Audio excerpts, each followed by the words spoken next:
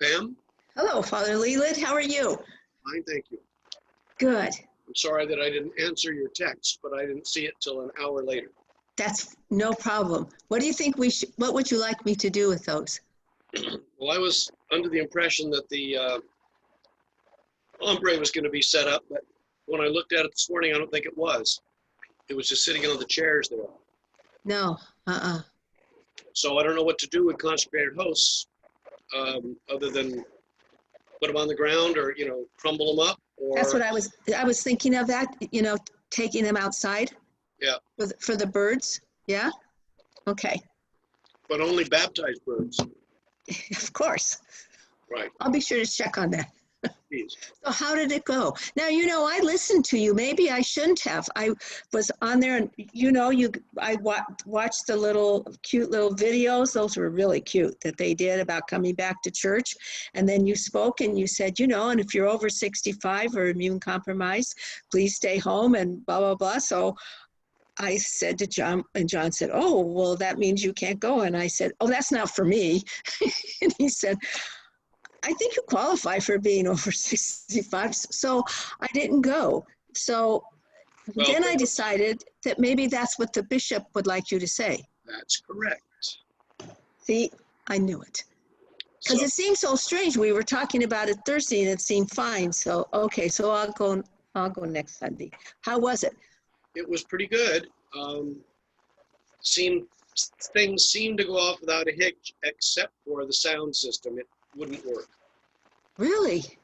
And that was after Nelson had spent 2 hours with the technician on Thursday when we were there. And so for some reason it just wouldn't, he couldn't get it to come on. But people said that I was loud enough and that Joanna read the lesson loudly enough. And Gail did the prayers loudly enough. So there were no issues with sound. Just disappointing that it wouldn't work. But music worked fine. Yeah, because when I was there earlier, they were practicing their singing. Once Nelson got there and they figured out how to turn stuff on, yeah. And it sounded quite lovely, actually. Yeah. Yeah. So we had 36 people. So that was decent. Yeah. Including some people who hadn't been there all year. But you make something verboten or dangerous or scarce, and all of a sudden people go, yeah, I want to be there. I want to be there. Yeah. So, yeah. I think it went pretty well, and the service took about 49 minutes, and my daughter was pointing out afterwards that if we hadn't had all of the, not all, but most of the service music, the Amen after the Lord's Prayer and other things like that, we would have gone faster. And I'm going to ask Kathy to cut out a couple of pieces of service music that we can just say next week, and try to get it down to about 45 minutes. Really? Yeah. I mean, So,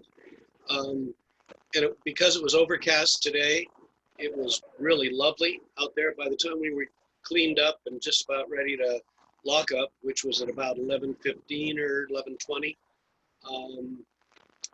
it had gotten warm and most of the fog had burned off. And the trouble with that area at midday is that when the sun's coming down, it puts a pattern of dark and light, dark and light, dark and light, kind of like bars on a cage. Oh, nice. And so that would make it hard for anybody watching on YouTube or whatever, because it really does, as I said to people, it makes me look like a criminal. Yeah. And but then I said, but I've been one since I was in high school. So, because I went to Yuma High and we're the Yuma High criminals. So anyway, so I think it worked fine and people's efforts were worthwhile. We had one of the touchless sanitizers that put out a puddle. I mean, it was like you had your hands out. They were almost not big enough to handle what it put out. And then the other one wouldn't work. So we have to work on those. But the touchless thermometers worked, and no one who came had to be turned away. Ruth was there. It was nice to see her after 3 months. Oh, And yeah. she's a little over 65, I think. And Diana was there, of course. She wasn't going to be stopped from coming. And I was there. So there were, and the Joneses were both there. So Yeah. Shin was there. Kathy was there. Pat was there. There were quite a few people. When I came to just check on things, it was cute. Pat and Ted and Kathy and another lady who I did not know. A longtime friend Of theirs, yeah. They were all there waiting for Steve, who'd gone to get takeout food. Right. Because they were going to go to lunch, but they realized that that was not a safe thing to do. Ted didn't want to go sit in a restaurant. So Steve was getting lunch, and yes. I see Marcia. Hi, Marcia. I don't see her yet. Yeah, okay, good. There she is. Good. Did you go? How was the service this morning? It was okay. The sermon was way too short, but other than that, it was fun. Oh, well, sorry to hear that. Yeah, yeah. So were you there, Pam? No, I wasn't. No. So what about, I missed the story you were telling. That Pam was telling. What was I telling? Telling about Ted and Pat. Oh, that they were, Ted and Pat and Kathy and a friend were waiting for Steve to get back from some restaurant that they had assigned him to go to get lunch and bring it back to them. And they were going to just eat there at church rather than go to a sit down, type restaurant. Yeah. Yeah. I was I wondering don't know if about we're going to that. have many of those left. I'm telling you, it's really tough. Really tough. Is Z's open? Down by the intersection of 76 and Mission. What's the name of that? Z's Oh, yeah. Cafe. Oh, I don't know if it's open or not. It may be. I don't know. Yeah, I think it is. Somebody, I heard somebody went there, and I can't remember who said they went there, and maybe it was Gail, maybe somebody. I don't know. I think it's okay. open. Yeah. Right. I'm guessing though, Marcia, because we haven't done that. Yeah, I haven't even gotten takeout so far. I've been really tempted because but I'm not used to doing this much cooking for myself. But A lot of work. Yeah.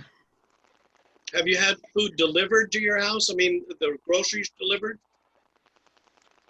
I did once, and then I picked them up a few more times, and then just in my car, and then lately I've been going in. Mm-hmm. So how about you? Oh, we've been in the grocery store since the start. And Okay. we just got back from having lunch at the Brigantine. So, and we tried to go to breakfast this morning, but that wasn't too successful.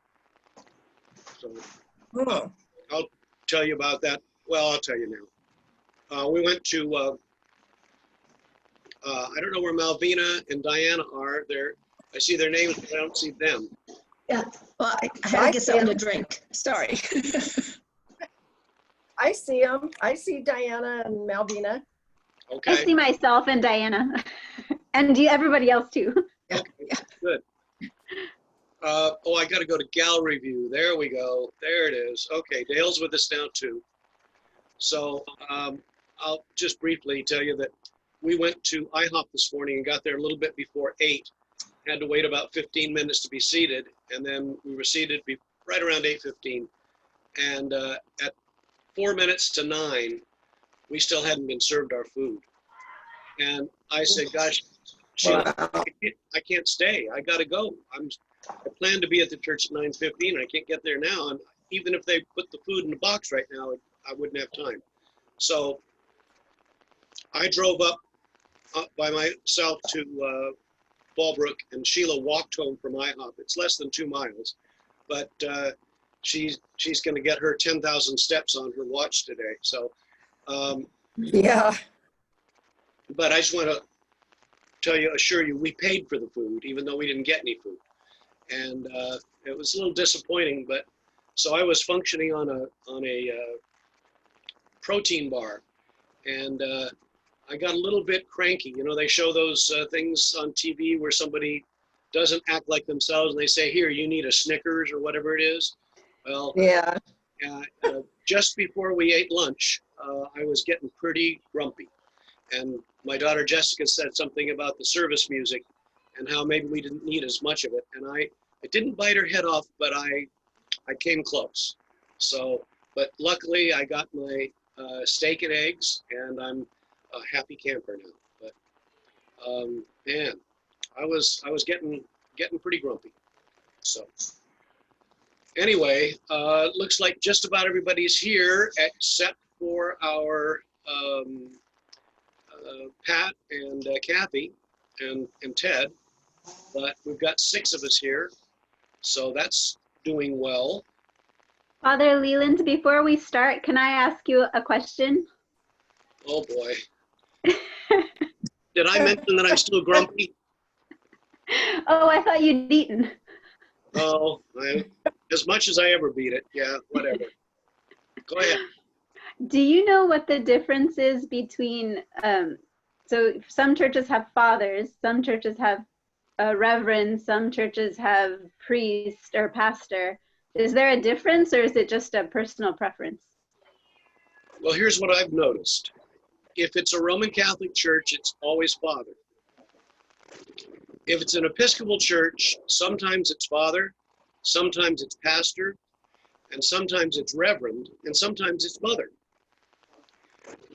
Reverend is actually bad grammar, because reverend is the same kind of term as honorable.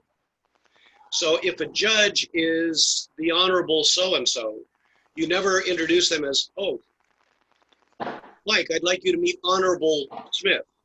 You'd say the Honorable Jim Smith or whatever. It always takes a the in front of it, and because it's an adjective, so it can't be part of a proper noun apparently. So reverend is never accurate, but I found even in the Episcopal Church, we use it more and more and more inaccurate. And it should be preceded by the. So it's the Reverend, the Honorable. They're both like terms. Mother is obviously when women are ordained, and some of them want to be called mother. Some clergy want to be called father. Some clergy don't want to be called father.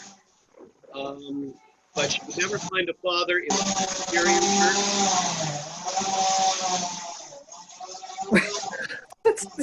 Well, maybe you would. Maybe I'm wrong. Apparently, that's the Presbyterians weighing in, telling me that I'm incorrect. No, you'd never find a father in a Presbyterian church, a Baptist church, Methodist church, a Lutheran church. But you might find a pastor in the Lutheran church, likely. You might find a reverend, but you know that again, that's not correct terminology. And you would never, I don't think, ever find a reverend in a Roman Catholic church. But you might. But people will call themselves pastor. They'll say, Father Jim Smith, pastor. Comment, pastor.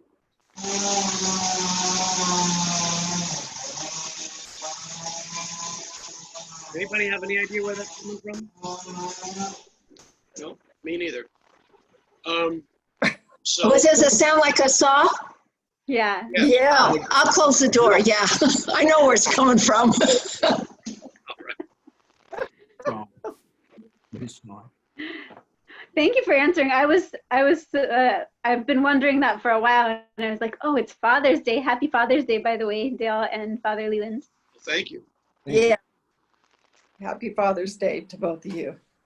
Appreciate And it. I figured it was a good question because it's Father's Day, so and you're Father Leland. So. Yes, yes. But I told people at church, and Dale will just have to hear it again, and Diana. told my kids that it was an important day because it was a double Father's Day because, you know, Father Leland, who's a father. And I said, so that's like, kind of like father squared. And one of my daughters said, no, it's more like square father.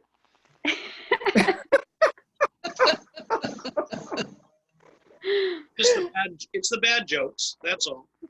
That's why we come. That's why we come back. So, Are you guys all ready to start? I don't know. I haven't heard from Social, so I don't know where. I know they're planning to come. I don't know what happened because I talked to them earlier, like around noon, and they were very anxious of, to be here. So I suspect momentarily they'll be here, but and yeah. before we start, could I ask, did anybody hear about any angels today? Those of you who went to church. The Old Testament lesson. Double check to make sure, but I think Sarah, maybe there were some angels. Pardon?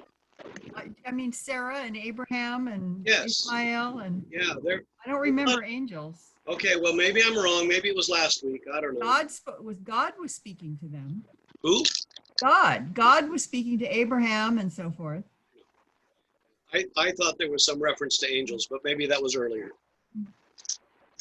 But I know that there was a lot of angel activity around Abraham and Sarah. Many, many times. I mean, the sacrifices we already gone through, the three strangers, and a couple of times when he was dealing with Hagar and they weren't treating her particularly well. We've covered some of those. But, okay, never mind. Proceed. All right. Fervent Prayer, chapter 35. I'll just start us off by reading it. While Peter was kept in prison, the church prayed fervently to God for him. The very night before Herod was going to bring him out, Peter, bound with 2 chains, was sleeping between 2 soldiers, while guards in front of the door were keeping watch over the prison. Suddenly, an angel of the Lord appeared, and a light shone in the cell. He tapped Peter on the side and woke him, saying, "Get up quickly," and the chains fell off his wrists.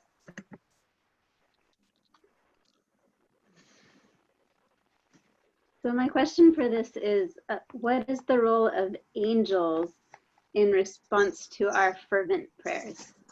And I'm wondering if they react differently to our fervent prayer as opposed to when we just normally pray.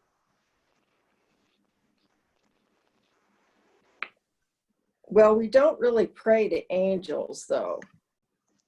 Yeah. I mean, I don't. No, either. But what you're saying, what is their role? Yeah, when we pray. Yeah.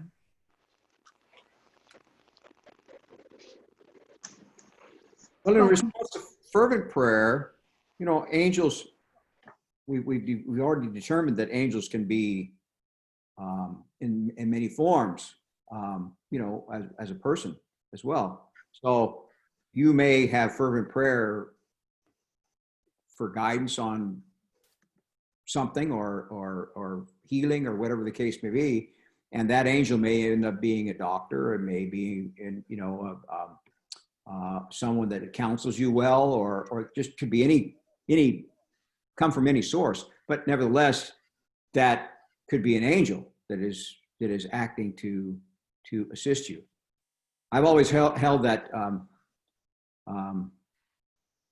when I pray, inspiration is one of the things that I can usually pray for and get if I wait long enough, so, and you just don't know what form that's going to come in. So I think that it's a good case for that. Getting out of jail, I would say it's probably not a really worthy thing to pray about. I don't think there probably are some people that pray to get out of jail, but I don't think that you have angels giving them the key and letting them out. It's usually a lawyer or something like that. They probably let them out or help them to get out. I wonder I always thought this was a really cool story. I really like this story about the angels. You know, they may not have been praying for him to be released. They might have just been praying for him to be comforted or something like that. I don't know.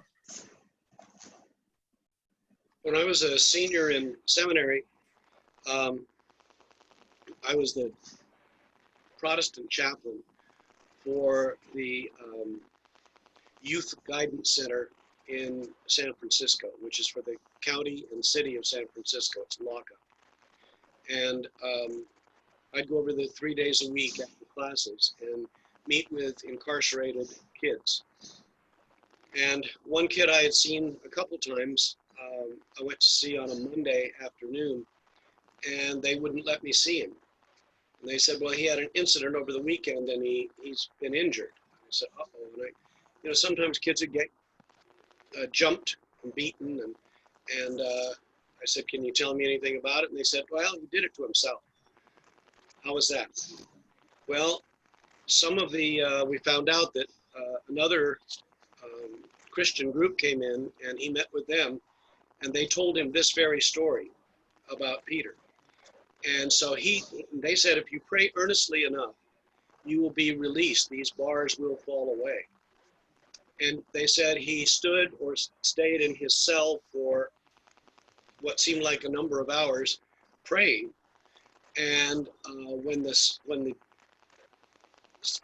cell or the bars didn't fall away, he went over and took hold of some of the bars and started beating his head against them until he almost lost consciousness.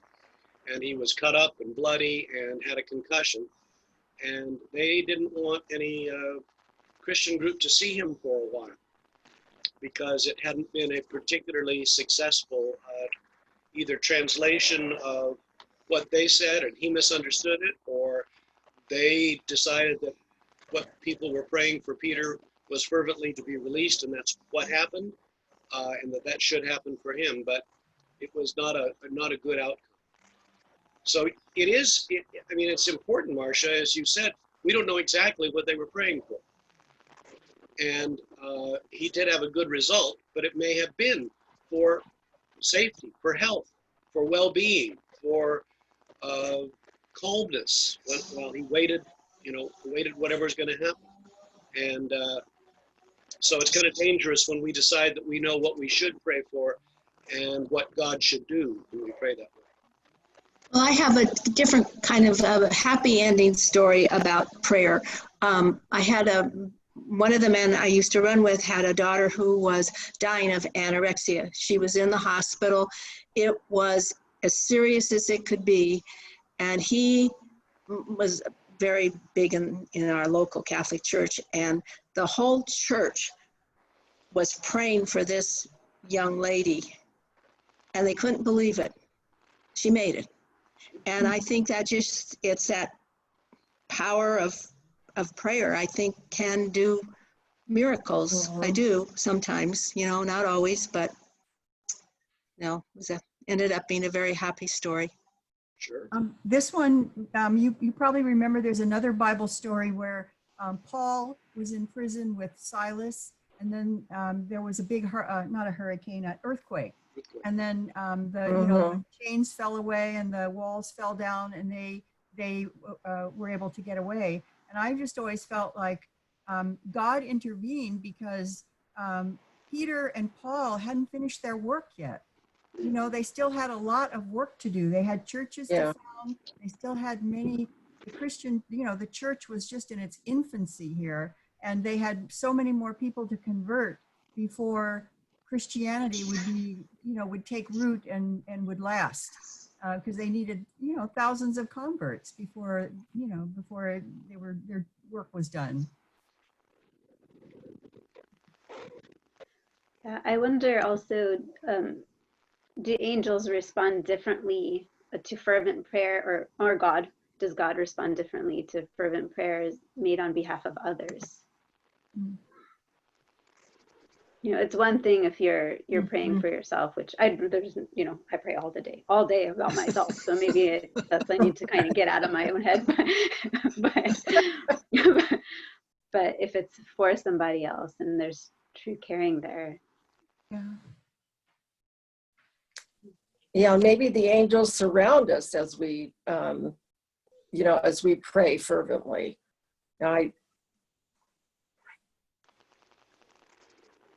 Maybe they join us in our prayers for others. Yeah.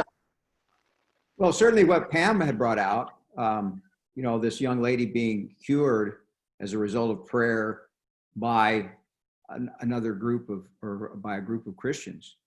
And I would call that, evidently it was very fervent prayer. And so you have an instance right there of someone being healed as a result of fervent prayer by a group of people. We have some pretty good instances of people being healed as a result of our prayer list. Over the years, you see it. And I always tell everybody, get on it. It's best thing you can do if you Right. an issue of some type, health or whatever, is get on the prayer list. First thing you should do, because you have the congregation praying for you, and it's powerful. We've seen it over the years. Definitely. I think I need to go on that prayer list now. Yes, young lady, you should. Or add a few people. No reason you shouldn't. Let's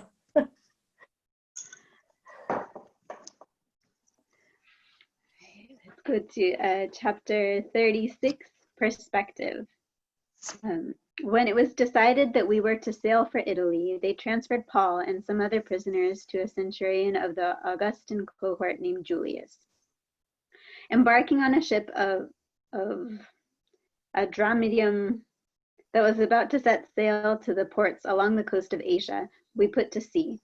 Since they had been without food for a long time, Paul then stood up among them and said, "Men, you should have listened to me and not have set sail for Crete, and thereby avoided this damage and loss. I urge you now to keep up your courage, for there will be no loss of life among you, but only of the ship. For last night there stood by me an angel of God, to whom I belong and whom I worship, and he said, 'Do not be afraid, Paul. You must stand before the emperor, and indeed, God has granted safety to all those who are sailing with you. So keep up your courage, men, for I have faith in God that it will be exactly as I have been told. But we will have to run aground on some island.'" So this one, in the actual chapter, she talks about how the angels have perspective on what's going to happen to us. And they kind of see the maze of life from above. And so last time we talked about different ways to open to God and angels. And so I'm wondering, if we are open to God and angels, can we also gain this perspective that the angels have for us of our own lives?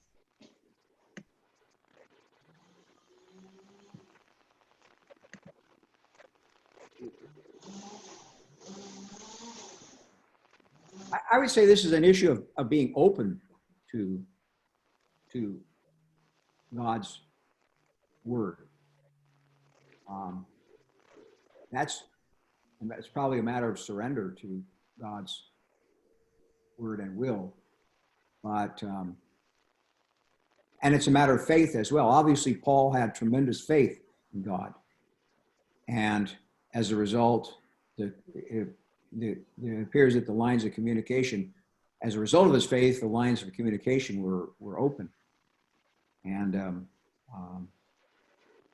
I don't ever recall having a situation where I've had a dream or something like this that would portend something or warn me of something. But I do know that usually in your dreams, you're working out things as time goes on, and sometimes you gain perspectives on things in your dreams that you otherwise wouldn't have. So this is I have no personal experience of it, but I don't necessarily rule it out.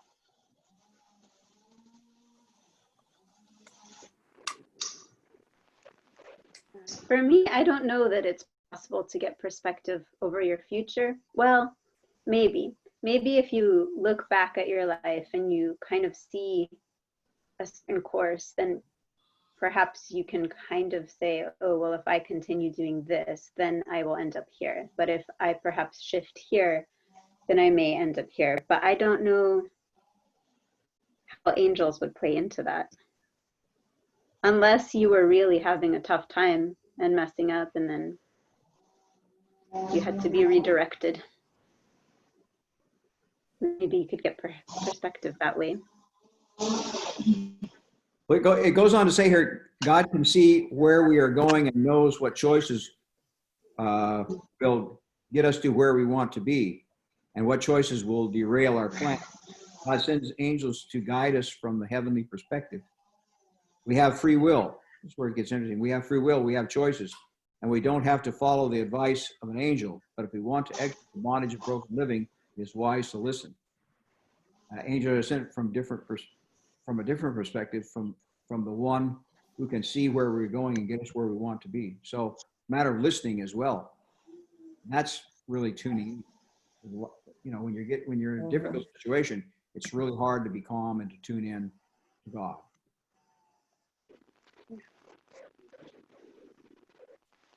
I wonder if it's you have to maybe, or we have to practice listening when we're not in kind of stressful situations, so then we have practice for when we are in those situations.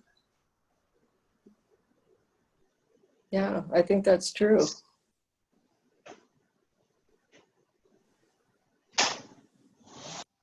Well, I think in my own prayer, probably I do more talking than listening. I know I do. Maybe I should turn that around. Maybe I'm just too old to do that. I don't really know. Nevertheless, it seems to work okay. But I think,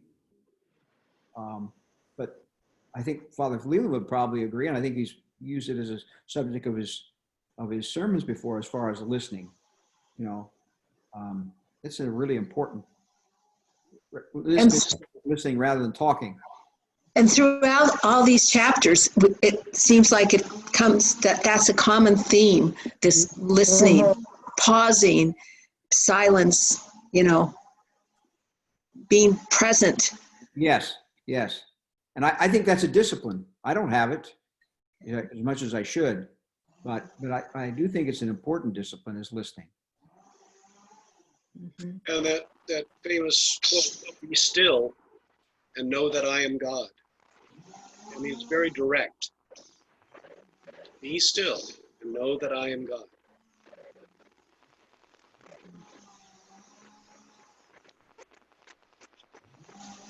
Often, though, we're very uncomfortable with being still and being silent, you know? I think it is something, I think it's a practice that we have to develop, a discipline. I agree that with Jill, that when I pray, I'm like all over the place, like, and this and this and this. But then that kind of translates itself just in life.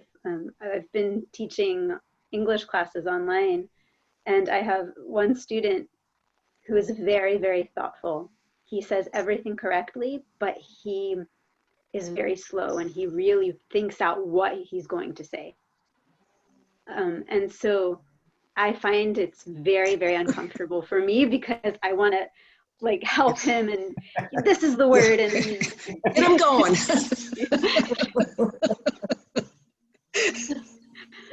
And so maybe it's kind of a practice that for me, if I practice it in just daily life, then it can also translate into prayer life, or vice versa. If I practice it in prayer life, then it can translate into daily life of not needing to put those words out there and just away. I think as you age, you find that those words come very difficult, with great difficulty sometimes.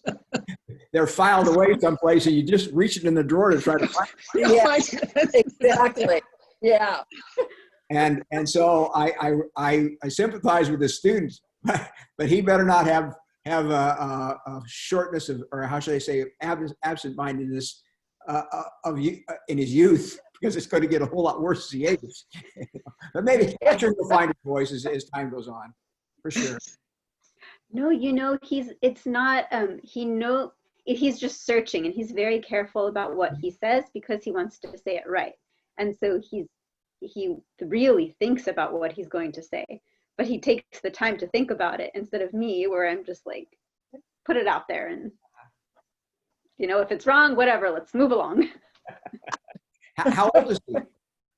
He's older. Well, he's older than me.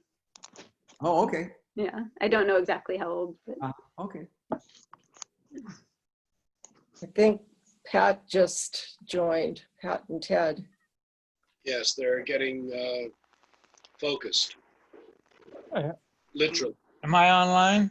you are. We can Shadow, see you. your shadow. Ed, move your thing now. There, aren't you there? No, oh no, here. Oh, there. Hey, that's better. Oh, okay. Okay. We see you. We're on page 137, chapter 37. Thank you. Would anyone like to read that one? It's shorter. Sure. For I think that God exhibited us apostles as last of all, as those sentenced to death, because we have become a spectacle to the world, to angels, and to mortals.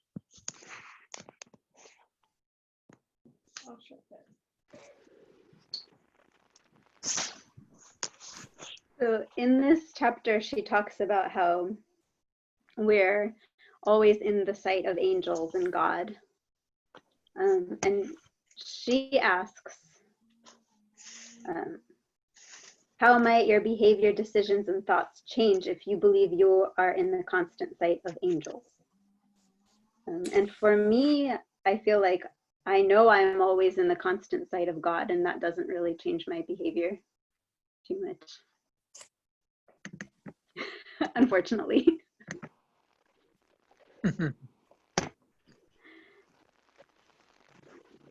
But I think you could be maybe more willing to take a risk if you feel that you are surrounded by angels. It would be a very comforting feeling. And sounds like you've already got that, Malvina.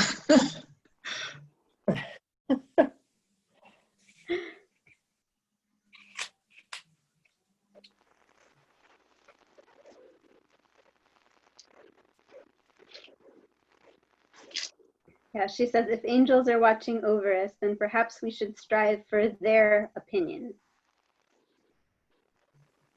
Yes, this is one that I'm glad we tuned in. I hadn't read. It's been some time since I read this, but this was one that really caught my attention because I go back to Abraham Lincoln saying, about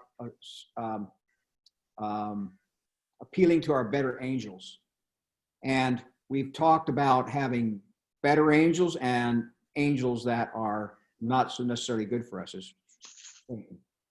And so as we go forward and make decisions, here I think it's important. It says if angels are watching over us, then perhaps we should strive for their opinion.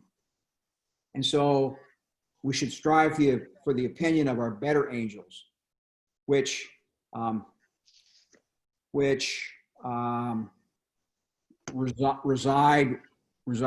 within us, or are very close to us, because as we work our way through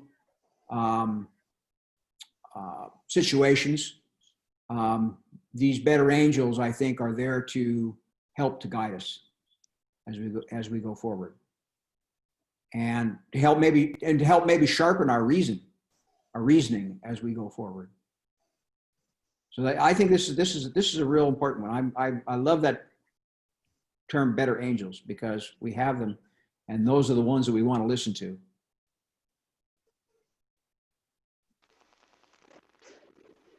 Why is it that I get the impression that people will behave as adults as if they were not adults, or if they're not thinking, particularly when so many of us have heard the phrase, well, don't write anything or say anything that you wouldn't say in front of your mother.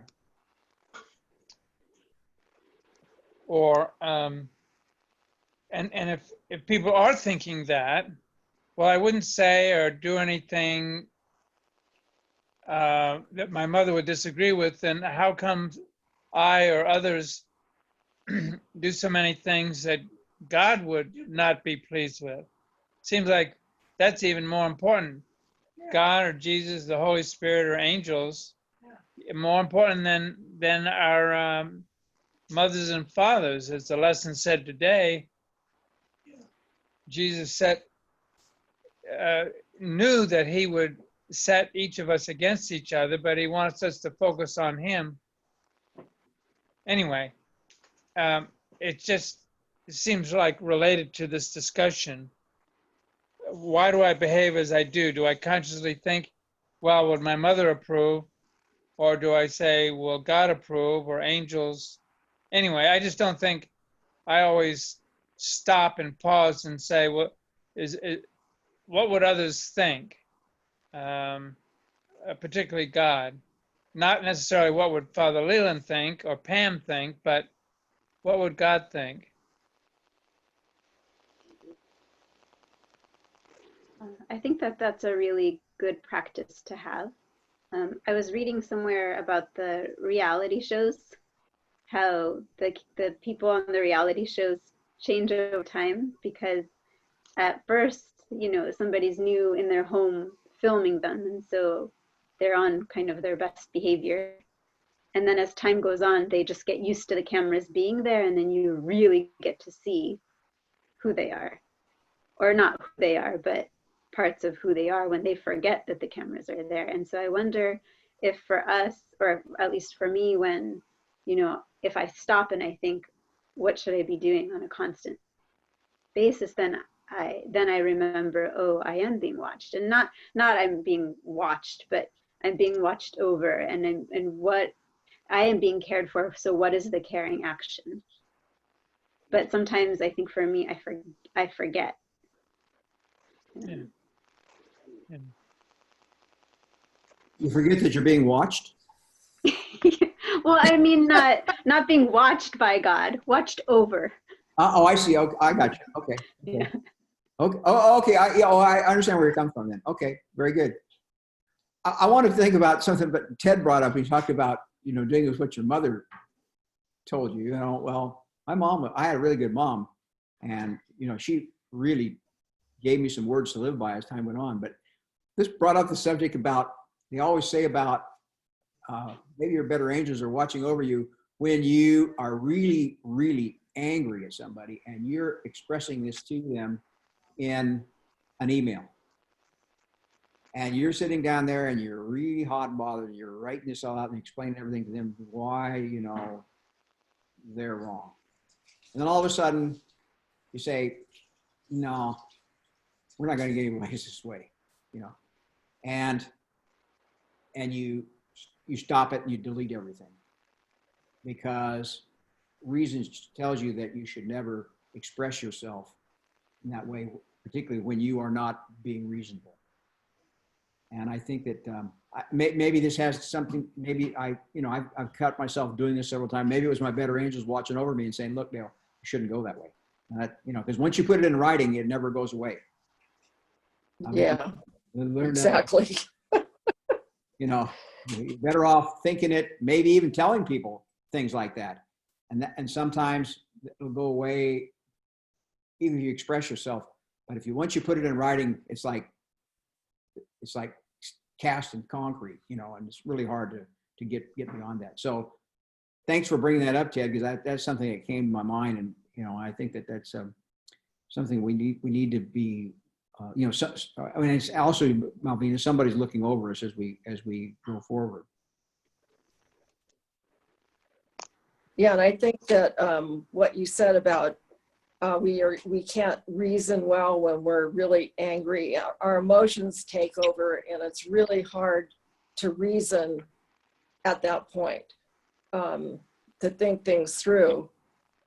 And so I found in the past that I need to, if I'm really angry, I need to just wait before I react, because I probably, will regret anything that I say or at that point in time. So Yeah. anyway, Obviously, you have some angels watching over you. Yeah, I think they've taught me over the years. that's right. Yeah. It took a long time. Yeah, that's right. I agree.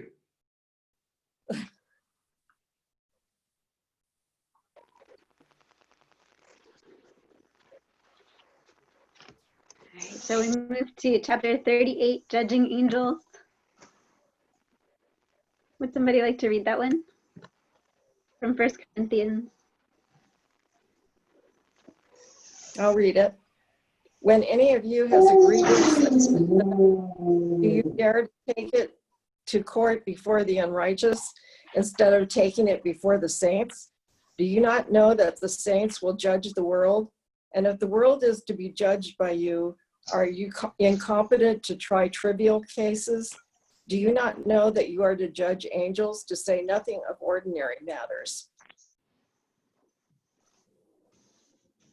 So this one kind of blew me away because I don't think I'd ever read it that closely. So what do you think it means to be able to judge angels?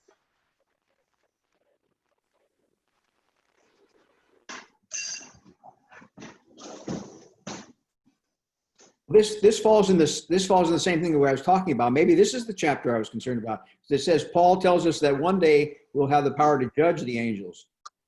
It can hone the ability within us to discern the light from the darkness, the good from the evil, the fallen from the unfallen. We have the gift to judge the angels as well as to judge the powers of the world. All we need to do is to claim this God-given gift through prayer and by truly opening our hearts. So yeah, there again, you can. This is good. This is good. This is like Marcy and I are learning to not express ourselves in moments of exasperation. We can hone the ability latent within us to discern the light from the darkness. And honing is something that takes time.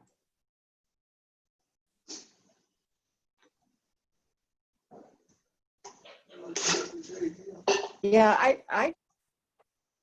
I've never read this really before. If I have, I don't remember. But I don't,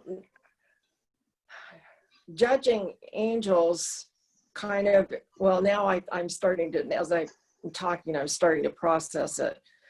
I'm thinking about the end of time, but I think what it means is judging good angels from bad angels here and now. Yes, I agree. I agree wholly.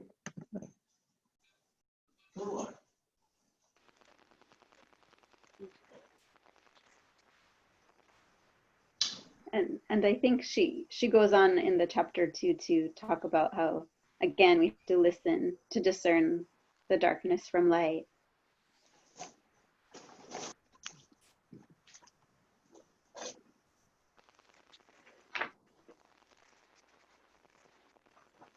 Yeah, and I underlined each one of us has a unique spiritual battle, a unique set of temptations. And I do think that's true. I underline that too, Marcia. Yeah, and it's surprising because Pam and Marcia, I underlined that one. I didn't talk many things in this book, but when I read that one, I said, "Oh yeah, I underlined that." Each one has a unique spiritual battle, a unique set of temptations. Mm-hmm. That is so true. It is. Mhm. I had it written down too, and I was going to read it, but then Marcia did, so I was like, oh, good. Oh, you got unanimity among the group. That's pretty good. Sure.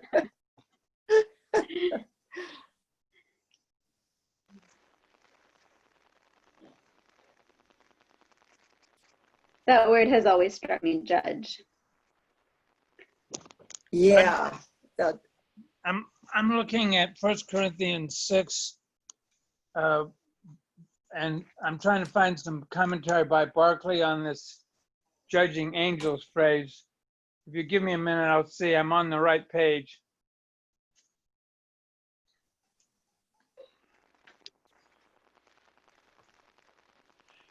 Yeah, the phrase here, so Paul demands, if someday you're going to judge the world, which is confusing, if even the angels, the highest created being, which is not correct either, because we are above the angels and below Jesus. But anyway, if we're going to judge the world, are going to be subject to your judgment, how in the name of all that is reasonable can you go and submit your cases to be judged in court and by non-Christians at that?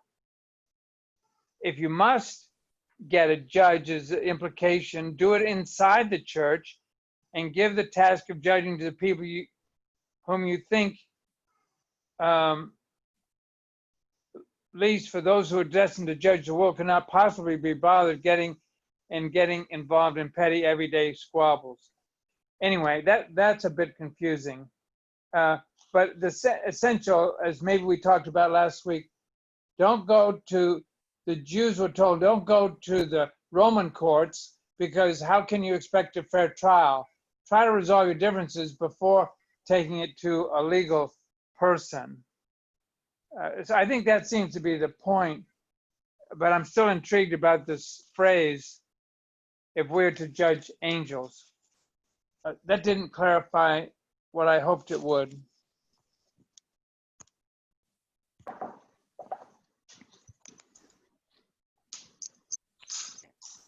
Maybe she's right that it just means that to discern. Maybe it's the translation. I don't know. Maybe judge is evaluate light or in darkness or. Yeah, I think I think discern is a better word too. And I think I was reading this down here. This is the chapter this is the one that I was really interested in. It says we must be able to name and know our temptations, and this is really something. Again, this needs to be honed over time, and not always are you successful, but as you progress in life, you know, this is what helps one grow. And grow among others. Well, I find that, you know, sometimes I have a really good imagination, you know, and sometimes it helps. Yeah, you're trying to visualize what a building's going to look like or some other kind of thing that you're working on. And sometimes you can visualize things that are not really there. You know, you can let your imagination run away with you. And I think at times I'm guilty of this. So yeah, that's one of the temptations that I have to struggle with over time. But yeah, to name and to know them, and once you know them, they're not so formidable. You know, once you say, oh yeah, I'm kind of prone to doing this, then it puts things into perspective, and some of you can say, yeah, no, that's not going to occur. That, you know, come on, let's get real, Dale. It's just being fanciful. So. So I really do think that this chapter is one of the best ones on the ones that we've read. These angels are the ones that help us with our struggles against these temptations. Then we can call on our better angels to help us out.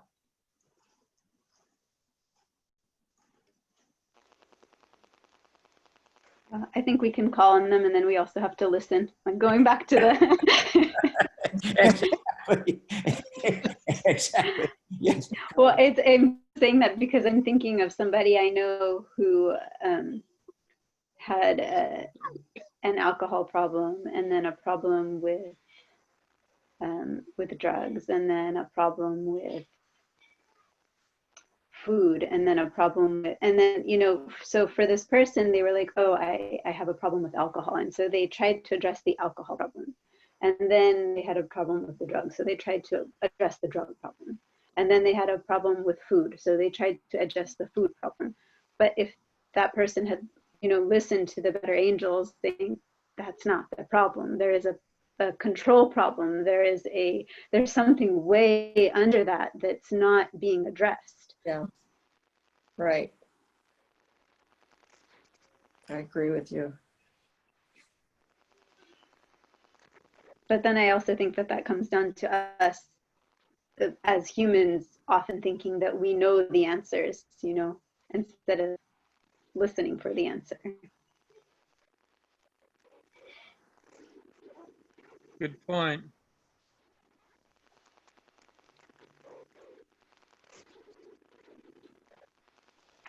Shall we move on to chapter remember- 39?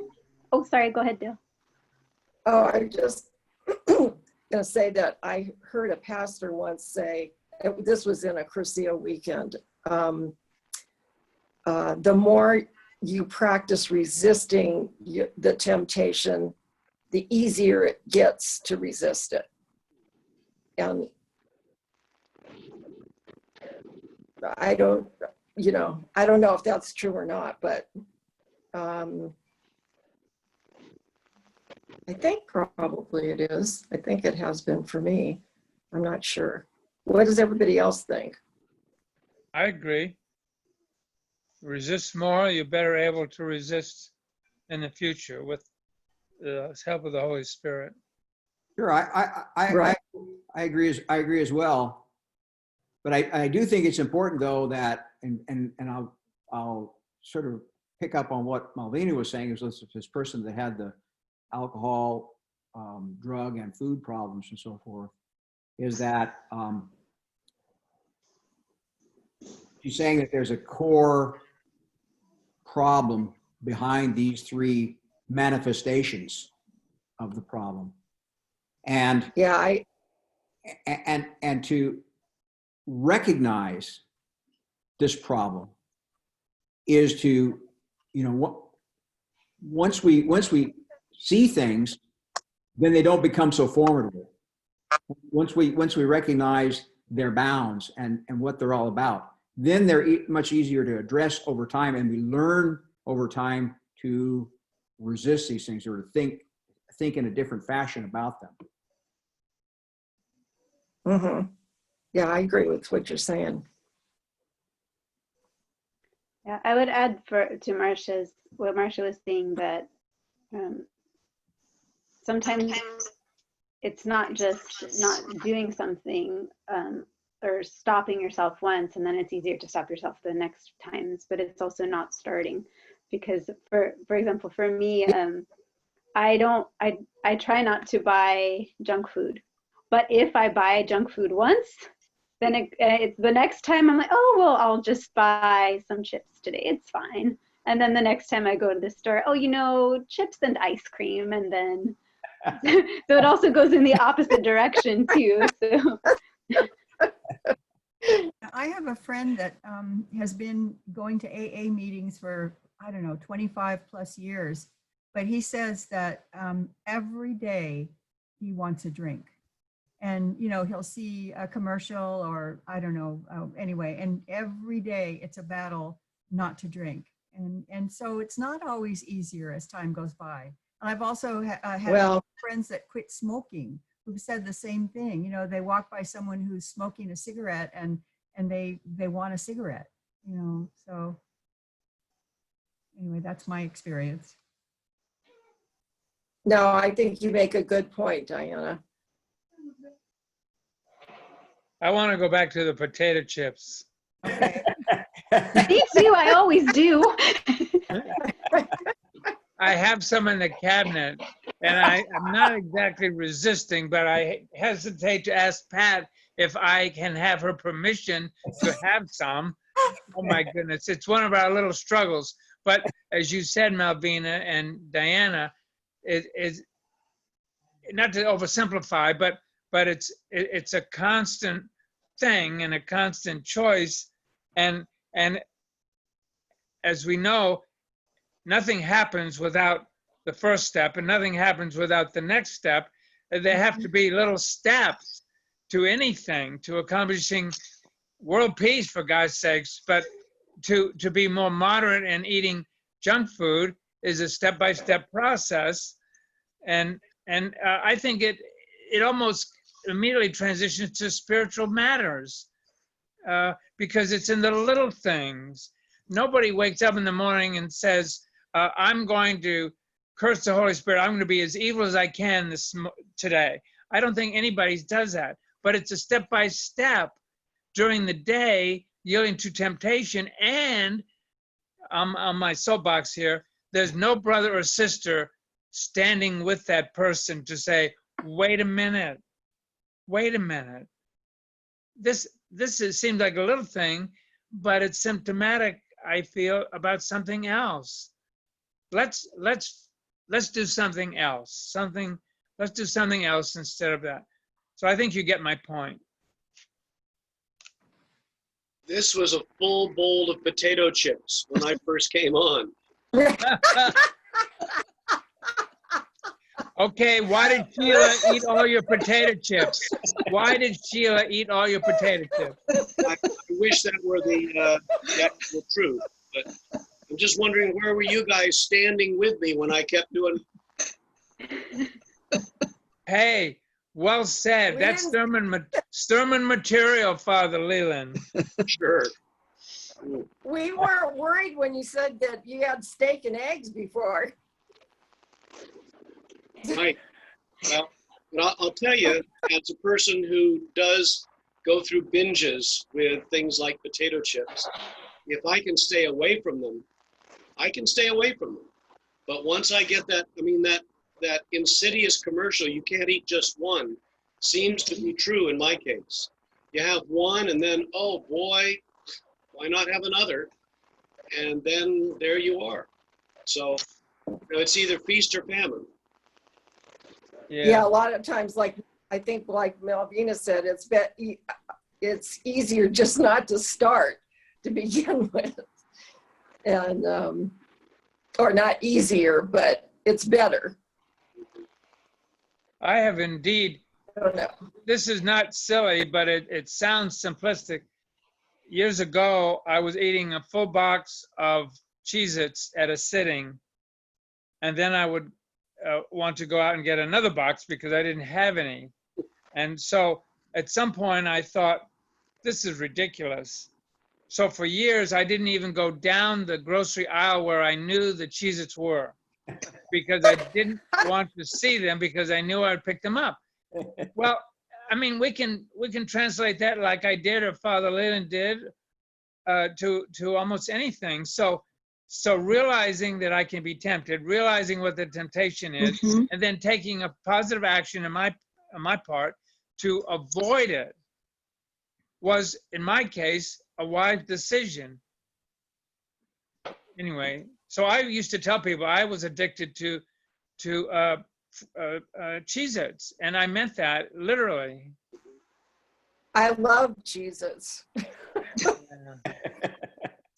We're starting a new group at St. John's Cheez-Its Anonymous.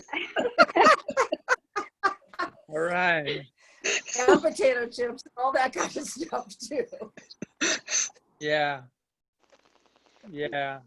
Stand by your brother and sister, and then maybe they'll share some of their chips. Malvina, you're my sister now.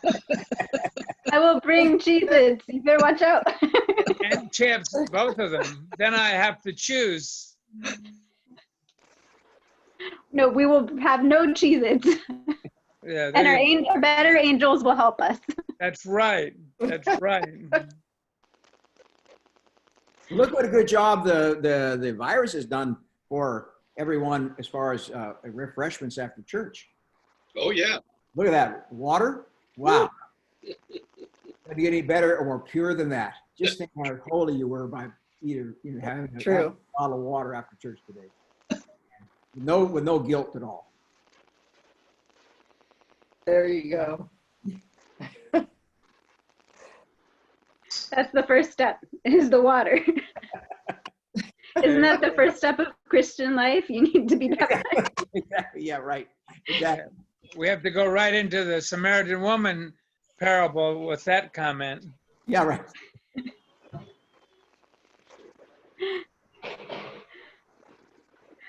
All right, I think we're at the, I don't want to start another question because we only have 3 minutes to answer it, but, and I don't want to take your Father's Day away from you guys.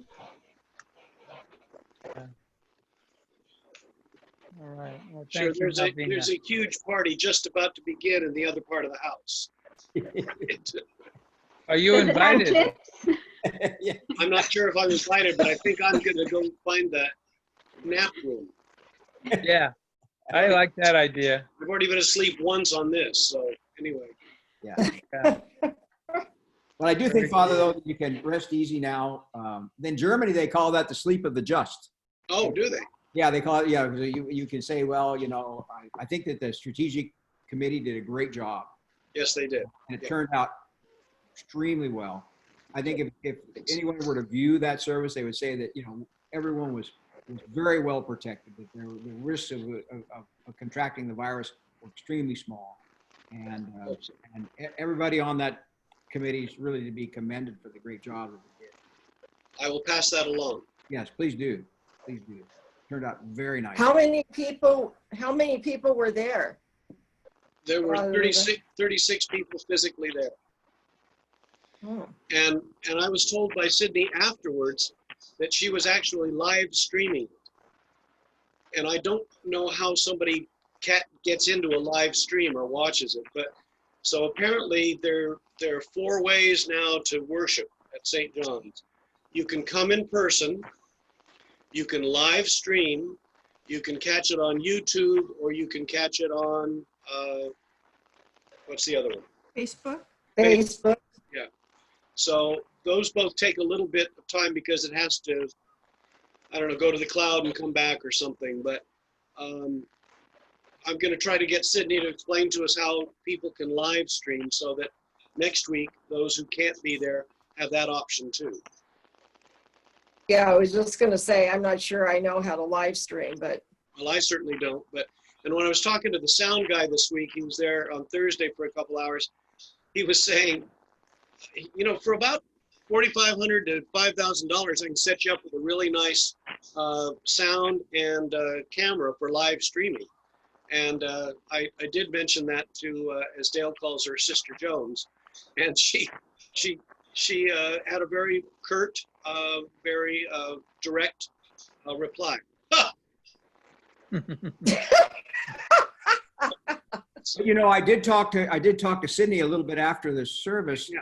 And I said, what kind of a camera would it take to, position, put it in position to where you wouldn't have to have someone that was continually moving to catch the whole service, something that would show the whole thing.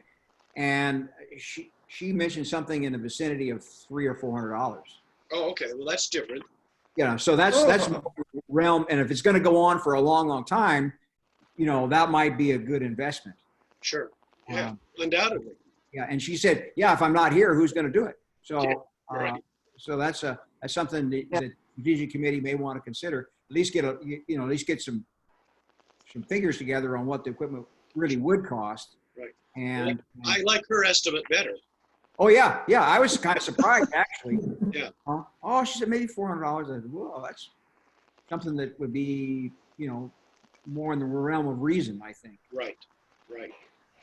And I think for live stream on YouTube, it's for me, whenever I'm subscribed to somebody who has a live stream, I get a notification and I can just click on it and it takes me right to the live stream. Okay. So people have to know how to subscribe or to subscribe. Yeah, Whatever the- I'm pretty sure they can still access it if they're not subscribed. But for me, if you are subscribed, you get a notification Okay. when it's live. Great. Mhm. Yeah, this is all very interesting and very new to me. So, apparently this is what we all need to learn because God has certainly nudged us in this direction. And so I think it's going to set us up well, but the learning has some pain to it. Just if you find any pain in being ignorant, and I do. So pain pretty much of the time. Well, pain brings endurance. That's right. yeah. It all ends in Hold on to that thought. It's one of the questions. Yeah, that's where you can always pull out. Paul said, suffering brings endurance, and endurance brings. I can't recall the next one. Romans 5. Yep, Yeah. exactly. Yeah. brings character and character brings hope. Yeah, they're good for, yeah. There you We go. should tattoo that on our arm there and have. We should. Yeah. That should be what we all have right here. We can all get matching ones. There you go. Hey, the tattoo parlors are open. Yes! Well, there's a little silliness, Yeah, but that's okay. Silliness is good. All right, Did I you have see to the get one- going. It's my Okay. mom's birthday too, so I need to go okay. take the baby away from her Okay. so she can do what she needs to do. Okay, so we pick up with what chapter next week? 39, and I Nine. think it'll be the last one because there are a few of them where the author actually doubled up on it was one reading, but she actually did Okay, 2 chapters, so okay, picking up Okay. with 39 next week. Thank you good. all. Now, Okay. Okay, God at what bless you. time? we're still at 2 o'clock, 2 correct? o'clock? 2 o'clock. Okay. Okay, 2. That's Well, good. It's Okay. good. All right. Okay. Bye-bye. Bye. Bye. Have a nice week. Okay. You too.